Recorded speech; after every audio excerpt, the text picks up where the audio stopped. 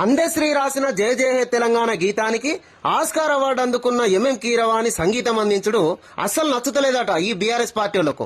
ఎందుకంటే ఆయనే ఆంధ్రోడు అయినందుకట. మరి మన కవితక్క ఏఆర్ రెహమాన్ తోని మన బతుకమ్మ పాటకు అడ్డగోలుగా మ్యూజిక్ కొట్టించి మన చెవులు వలగొట్టుడు కరెక్టేనా? ఆంధ్రోడైన చిన్నజీఆర్ స్వామి ముంగట కేసీఆర్ సాష్టాంగ నమస్కారం చేసుడు కరెక్టేనా? ఆంధ్రోడైన మెగా కృష్ణారెడ్డికి కాళేశ్వరం కాంట్రాక్టులు కట్టబెట్టుడు కరెక్టేనా? ఆంధ్రోడైన ఆనంద్ సాయితోని యాదాద్రి టెంపుల్ కు డిజైన్ చేయించుడు కరెక్టేనా? ఆంధ్రాకు స్పెషల్ ఫ్లైట్ లో పోయి రోజా ఇంట్లో కూర్చొని చేపల పులుసు తిని రాయలసీమను రతనాల సీమ చేస్తున్నాడు కరెక్టేనా? శారదా పీఠానికి 2 కోట్ల విలువ కలిగిన భూమిని ఎకరానికి రూపాయి చొప్పున ఇచ్చుడు కరెక్టేనా?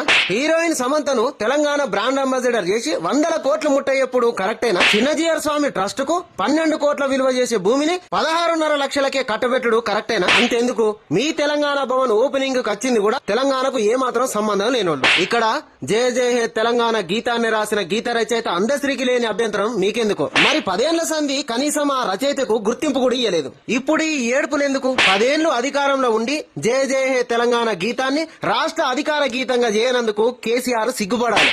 కలలకు హద్దులు లేవంటారు.